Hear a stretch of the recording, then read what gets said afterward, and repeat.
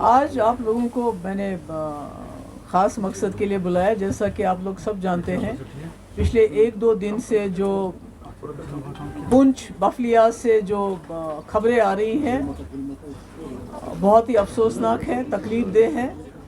پہلے وہاں 5 آرمی کے جوان جو ہیں جاں بحق ہوئے ملیٹنٹ کے ایمبوش میں، ان کے حملے میں. اور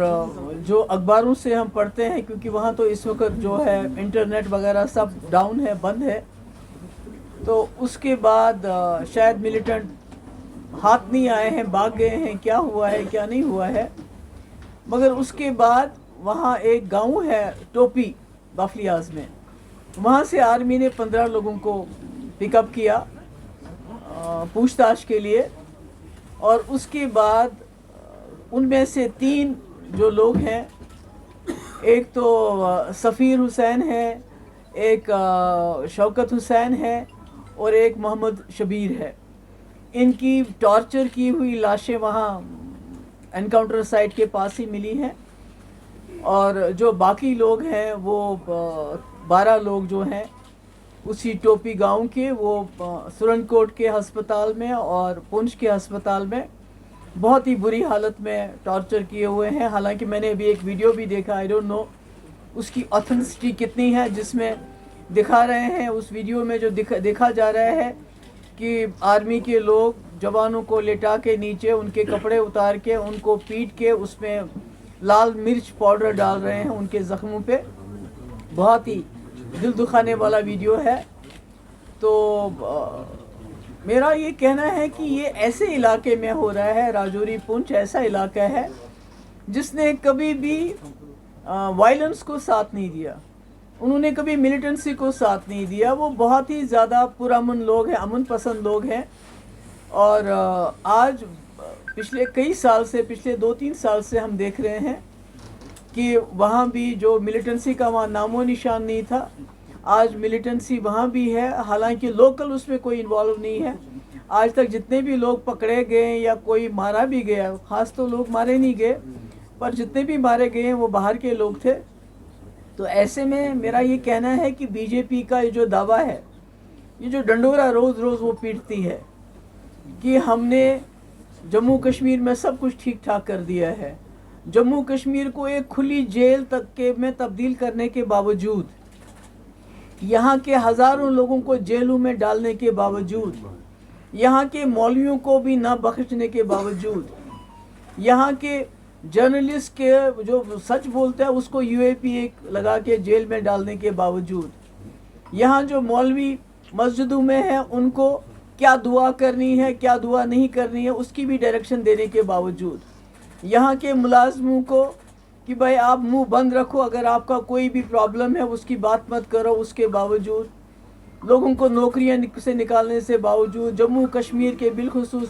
وادی کشمیر کے لوگوں کا جینا حرام کرنے کے باوجود، آج راجوری پونچھ میں پچھلے 3 سال سے آپ نے دیکھا جوان سے لے کے میجر ہو، کیپٹن ہو، کرنل ہو یا اس سے بھی اونچا کوئی افسر ہو، وہ جاں بحق ہوئے ہیں. اور اپنی ناکامی چھپانے کے لیے بی جے پی کی جو سرکار کی، اگر کسی اور سرکار میں یہ ہوتا تو جو گودی میڈیا جس کو کہتے ہیں وہ اس وقت کی سرکار سے یہ سوال پوچھتا کہ یہ کیوں ہوا. مگر آج بجائے سوال پوچھنے کے انہوں نے 15 لوگوں کو گھروں سے نکال کے ٹارچر کروا کے ان کی جو 3 کی لاشیں جو ہم اخباروں میں پڑھتے ہیں، ہمیں تو، اور جو لوکلی ایک آدھ سے بات بھی ہوئی ہماری، وہ کہتے ہیں ہم گھر میں بیٹھے تھے، آئے اور ہم کو لے کے گئے اور لاشیں وہاں بھی اور ہسپتالوں میں بھی ہیں. تو میرے کہنے کا مقصد ہے کہ یہ کیسا خوشحال کشمیر ہے، یہ کیسا نیا کشمیر ہے جہاں پر نہ تو آپ کا آرمی والا ہی سرکشت ہے اور نہ یہاں کے لوگ سرکشت ہیں. اتنا اس کو جیل میں کنورٹ کرنے کے باوجود بھی اتنے دلدوز حادثات ہو رہے ہیں، اور اوپر سے یہ ڈنڈورا پیٹتے ہیں یا سب ٹھیک ٹھاک ہے. اور اس کی ایک بڑی وجہ یہ بھی ہے کہ جو امشی پورہ میں انکاؤنٹر ہوا، جہاں 3 راجوری کے جو نوجوان ہیں ان کو فیک انکاؤنٹر میں مارا گیا، آرمی کورٹ نے فیصلہ دیا، مجرم کو سزا دی، اور سول کورٹ نے اس سزا کو پھیر دیا اور اس ملزم کو رہائی کر دی. تو کہیں نہ کہیں وہ میسیج بھی شاید فورسز میں چلا گیا کہ اگر ہم کچھ بھی کر لیں, فیک انکاؤنٹر کریں, ٹارچر کریں, کچھ بھی کریں, تو شاید دنیا کی کوئی عدالت, کیونکہ جب آپ آرمی نے جو فیصلہ دیا اس کو بھی بدل لیتے ہو تو پھر اس کے بعد کیا ہے, کیا رہا ہے ہمارے پاس. تو اس لیے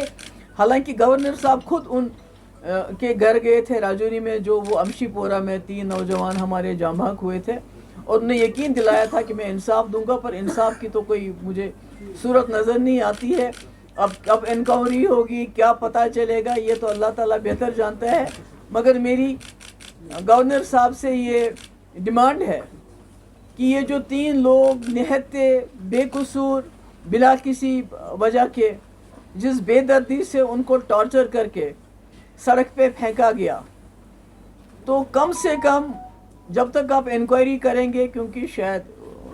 یہ عادت سی پڑ گئی ہے ہماری کہ ہم ڈیمانڈ کرتے ہیں یہ انکوائری وہ انکوائری, بعد میں اس کا کوئی خاص نتیجہ تو ہوتا نہیں. ایک ہی انکوائری ہوئی تھی امشی پورہ کی, اس میں بھی آپ سزا پلٹ دی